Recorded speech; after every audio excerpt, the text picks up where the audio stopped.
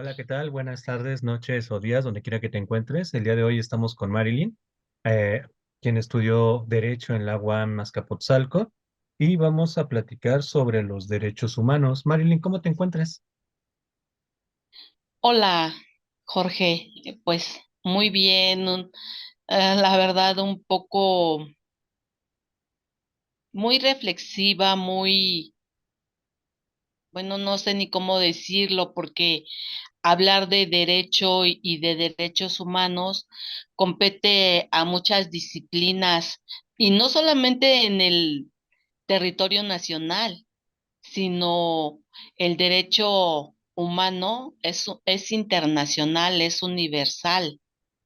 Entonces, no es algo muy amplio y, y que se tiene que estudiar con mucha profundidad y un Como, tanto bien nerviosa porque han cambiado muchas cosas.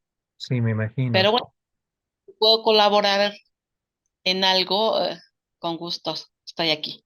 Gracias. Muchas gracias. ¿Recuerdas cómo fue tu acercamiento a los derechos humanos cuando estabas estudiando tu carrera? Sí, sí lo recuerdo, porque además el acercamiento a los derechos humanos, todos los ciudadanos los hemos vivido. Quizá no, puede ser que incluso en la vida diaria, ¿no? No solamente em, en un proceso jurídico o en un proceso penal, porque aquí en México los derechos humanos están plasmados, expresados en la Constitución Política de los Estados Unidos Mexicanos, que es el orden jurídico supremo de este país, y después pues están a la par que la Constitución del país, los tratados internacionales que también tienen implícitos derechos humanos.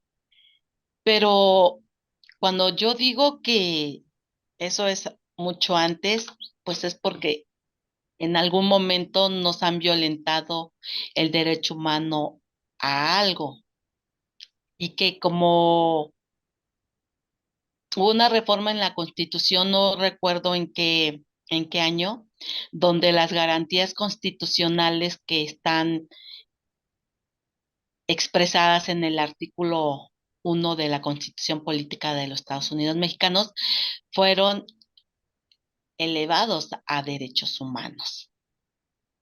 Entonces, desde luego, siendo estudiante de la UAM Azcapotzalco, pues hubo una mejor comprensión, conocimiento de lo que son los derechos humanos, que aquí en México, desde luego, se le violan a la mayoría de los ciudadanos. Pero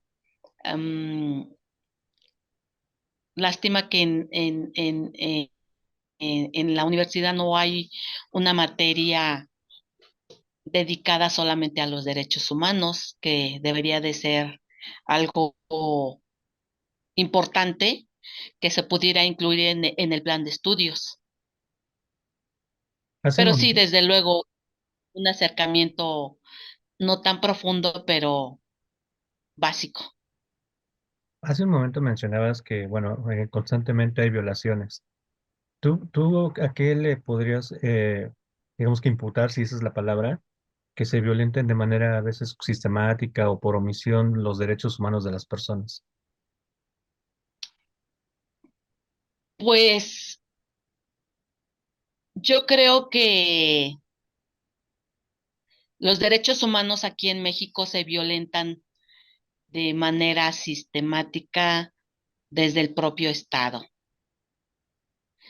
Un ejemplo es cuando no se lleva el debido proceso, sobre todo en el ámbito penal, donde no se protegen las garantías, donde se hacen distinciones de las personas, por raza, color, sexo, opinión política o por alguna otra índole que el Estado mexicano considera que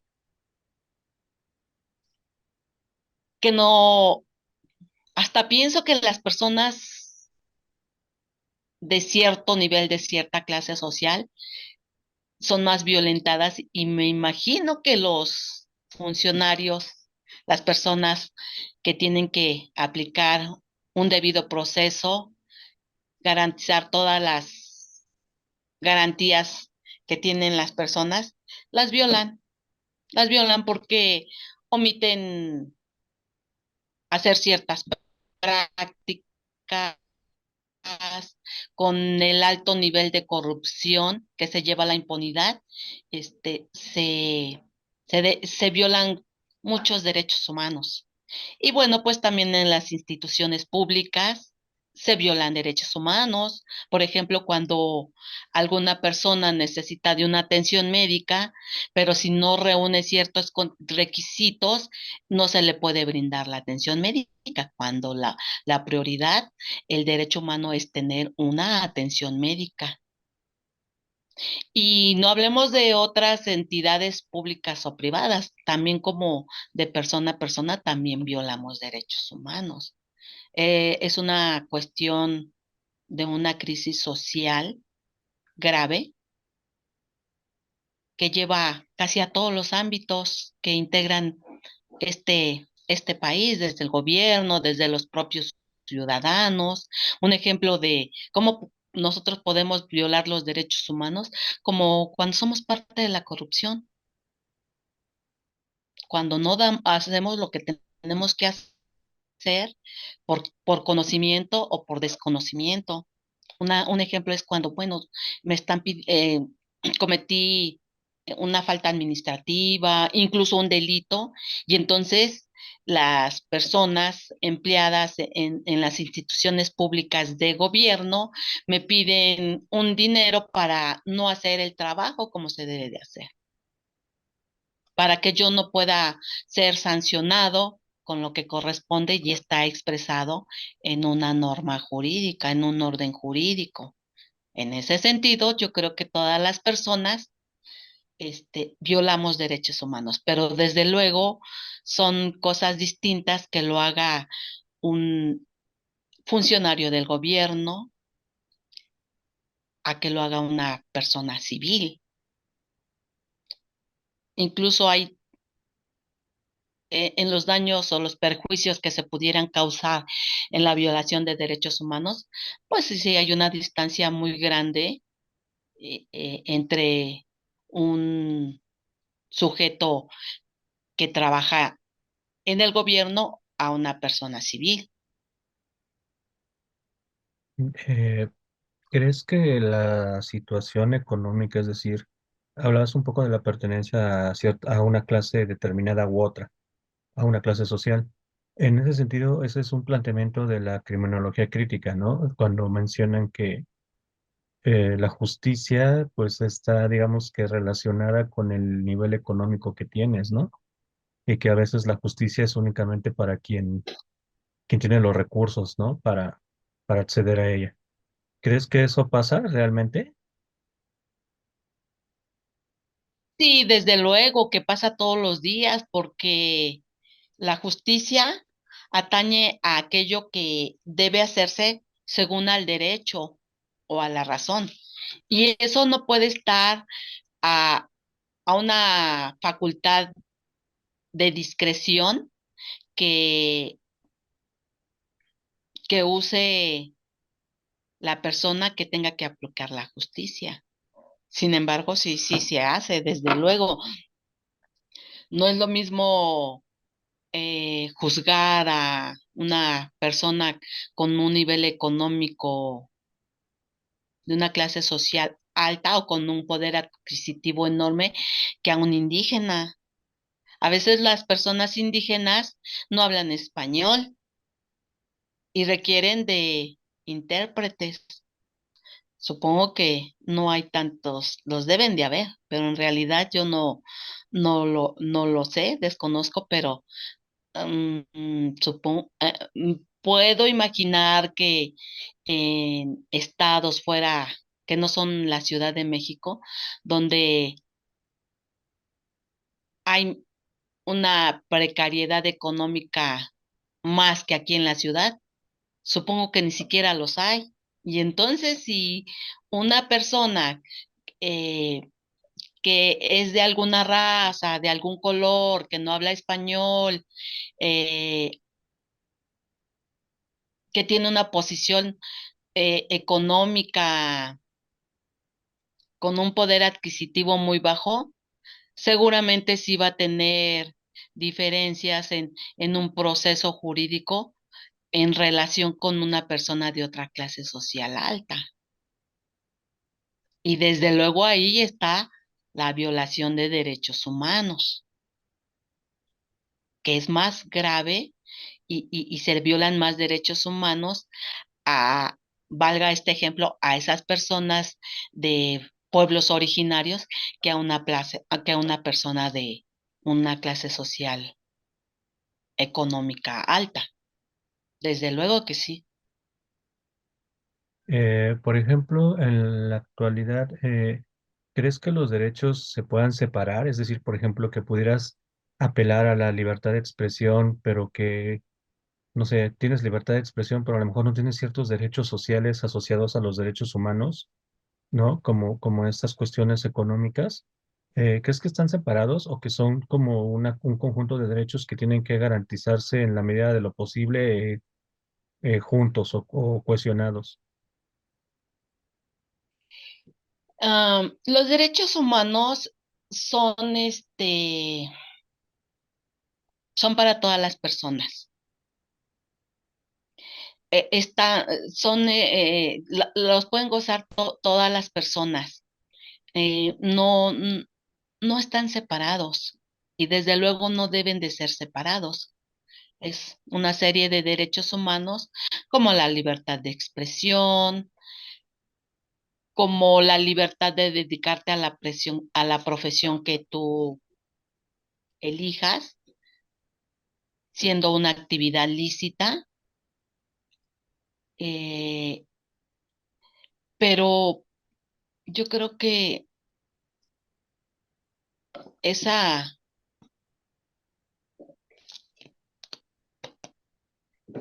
esa capacidad para gozar de esos derechos humanos, a veces en cierto sector social, no se gozan hasta por desconocimiento, porque no saben que existen. Y esa es una función que le atañe a los gobiernos difundir y que se conozcan y que se puedan ejercer. Es, yo creo que esto es un tanto complicado si pensamos que estos derechos humanos todo el mundo los conoce, todo el mundo este, goza de ellos. Esa es la idea de que toda persona los pueda conocer y gozar, pero en la realidad no es así. Tampoco pueden estar separados, tampoco puede privilegiarse a una clase social que sean solamente para ellos y para otros no. La libertad de gozar de esos derechos humanos es para todos. Sin embargo, en la realidad no es así. Hay personas que no conocen que existen esos derechos humanos. Y son muchos factores por los cuales no se gozan de esos derechos humanos. Que lo ideal sería que toda persona los conociera y gozara de ellos. Hay una idea de Estado de Max Weber que lo define como el monopolio legítimo de la violencia. En la actualidad yo lo que pienso es que eso ya no es ni el monopolio y a veces ya no es tan legítimo, ¿no? Es decir, ya comparte el uso de la violencia con sectores del crimen organizado, a veces está en disputa con los asuntos económicos. ¿cómo crees que es el balance, ¿no? Como de los derechos humanos en México en la actualidad. Pues es que la problemática que existe aquí en México respecto del narcotráfico, del poder que adquirió ese sector y con la falta de actuación de los gobiernos, pues ha ido complicando mucho esta cuestión. Ah, yo lo que considero es que yo no sé cómo van a ser los gobernantes desde el que está ahorita en la presidencia y los que vienen para desterrar este mal que ha tenido muchos años y que además los además que este sector del narcotráfico que incluso han llevado a hablar de un narcoestado, que es el que dirige la vida política y económica y social de México. No sé cómo le van a hacer para limpiar de eso, porque esas personas han llegado a infiltrarse hasta estar como senadores, diputados en esa área legislativa. Está muy complicada. Otra cuestión que hace que se complique más es que la sociedad civil aquí en México son pasivos, muy, muy pasivos. No cuestionan, solo, como mexicanos solo nos quejamos. No tenemos una capacidad de reunirnos como seres sociales que somos, como sociedad, como a la sociedad que integramos, para poder hablar de de lo que es el Estado que nos gobierna, cómo es, qué es, para qué es, qué compone ese Estado en la cuestión política, social, económica, cómo es su estructura, qué es lo que debemos saber los ciudadanos. Se dice que somos, políticamente somos ciudadanos muertos en la política. Si los ciudadanos no sabemos esta parte de dónde vivimos, quién nos gobierna, con qué forma nos gobierna, por qué nos gobierna así, queremos, no queremos, difícilmente se podrá a cambiar las cosas. No creo que nada más sean por parte de las autoridades del gobierno, somos todos desde conocer nuestro orden jurídico, nuestros derechos y obligaciones ante este gobierno, ante este Estado, pero es harto complicado. No es nada sencillo este saber y hablar de esto. También es algo preocupante que no lo podamos hacer y que no lo sepamos hacer. Este, muy difícil y además muy lamentable porque vamos más hacia abajo de lo que ya estamos. Es vergonzoso que a nivel mundial seamos el primer lugar en corrupción. Entonces, con esa expresión, imagínate cómo estamos en lo demás, cómo poder cambiar las cosas. Siempre he creído que las cosas se pueden cambiar desde la sociedad o con otra serie de cualidades, pero si en nuestro país existen desigualdades económicas, si existe ignorancia, si existe hambre, pues si no están cubiertas ciertas necesidades básicas de un ser humano, no podremos organizarnos para poder exigirle a un gobierno y para poder conocer em, la estructura de, de, de un país. Entonces, esto es difícil, Yo creo que no es tan imposible y que se llevará mucho tiempo. Tampoco creo que sea una utopía, pero sí se llevará mucho tiempo. Pero dado lo que vemos en el día a día, no creo que sea algo que se pueda llevar a cabo pronto. Pero sí tengo la esperanza que en algún momento pueda ser. No creo que el ser humano sea un ente gobernable como una oveja que la llevan a un lugar para con el rebaño así y esté contento. Creo que en algún momento tiene que surgir algo.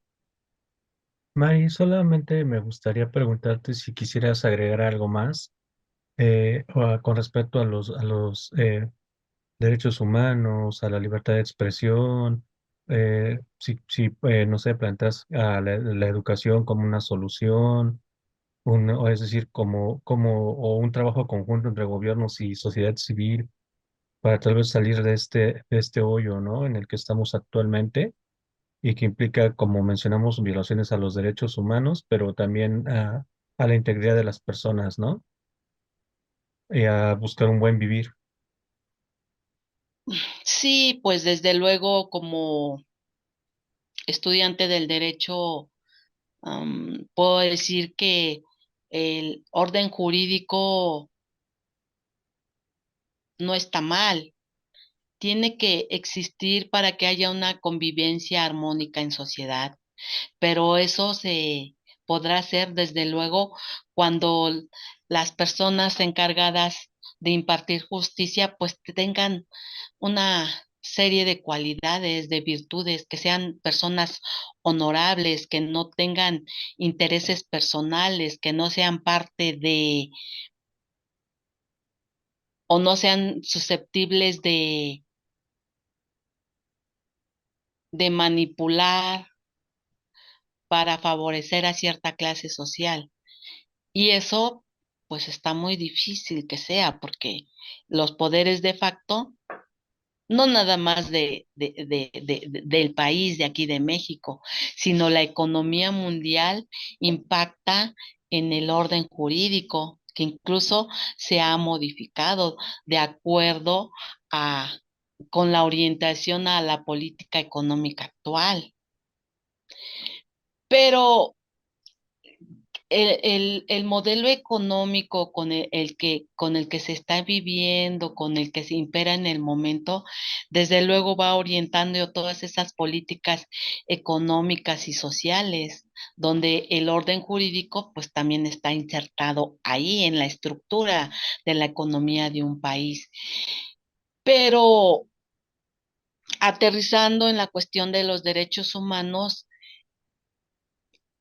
es muy difícil que todo mundo lo conozca porque no todo mundo tiene acceso a la educación, a los medios de información, a la tecnología, y desde ahí va a ser muy difícil que sea. En realidad yo no sé cómo pueda ser, pero creo que cada persona con conciencia tiene que ir aportando su granito, desde no ser parte de la corrupción, desde ir difundiendo este y explicando que existen unos derechos humanos, incluso de ir alzando la voz por los que no la tienen, como esas clases sociales que son marginadas,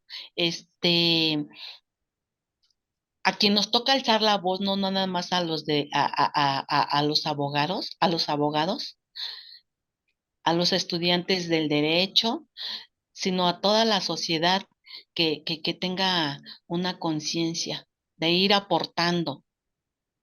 Yo creo que no, en ese sentido no hay mucho que hacer. Y desde luego de ir luchando, hay que exigirle al gobierno, hay que exigirnos a nosotros mismos, a la familia, sabes que no seas corrupto, cumple con lo que debes hacer, no evadas los impuestos, no pagues no des el dinero porque para que no te multen, para que no te sancionen. Desde luego tiene que haber un cambio de ideología en el ser, una forma de vivir y no desde seres que no estamos en el poder, mm, no lo podremos hacer como, a gran escala, pero creo que haciendo lo que a uno le corresponde es ahí, ¿no? Tener esa honorabilidad, esa virtud y exigirle al gobierno eh, que esclarezca todos esos, todas esas transgresiones, que se aplique. ¿Cómo es posible que, que se tengan que acudir a la Corte Interamericana de Derechos Humanos y señalar al Estado que es responsable de no aplicar la justicia, de no hacer su trabajo los jueces y de distintos ámbitos, porque el mismo gobierno es parte de eso, porque las Fuerzas Armadas son parte de eso? Entonces, ¿cómo un juez va a castigar a su gobernante o a un miembro de las Fuerzas Armadas? Pues si son parte de lo mismo. Está muy complejo y muy difícil, pero yo desde esa cuestión de un simple ciudadano, pues haz lo que te corresponda en la rectitud, en la honorabilidad de, de, de creer que puede existir una impartición de justicia, pero exigida desde el pueblo. Dudo mucho que en estas épocas el gobierno pueda estar interesado en ello. Mari, Y, te y, agradezco y que bueno, nos... Ah, perdona, sí. y bueno, pues desde luego, como tú, ¿no? Que tienes una formación, una educación que yo puedo decir integral, porque ahora estás estudiando comunicación, pero estudiaste sociología, estudiaste danza en el IMBA, si no mal Ujú. recuerdo, y entonces cuando se tiene el acceso a la educación, se vive de otra manera. Y si es de una manera integral, como en tu caso, que es desde las bellas artes, desde la educación institucional y desde muchos otros ámbitos, pues desde luego seremos otro tipo de personas y viviremos de una manera diferente. Mari, te agradezco que nos hayas regalado unos minutos de tu tiempo para platicar sobre derechos humanos. Y bueno, con esto hemos Y llegado pues al... Sí, con gusto, pues cuando guste, no estaba muy preparada, todo fue muy rápido, pero es interesante y, y en algún momento yo creo que si no todos, muchas más personas podemos gozar de estos derechos humanos. Mari, te agradezco que nos hayas regalado esta entrevista. Gracias a ti.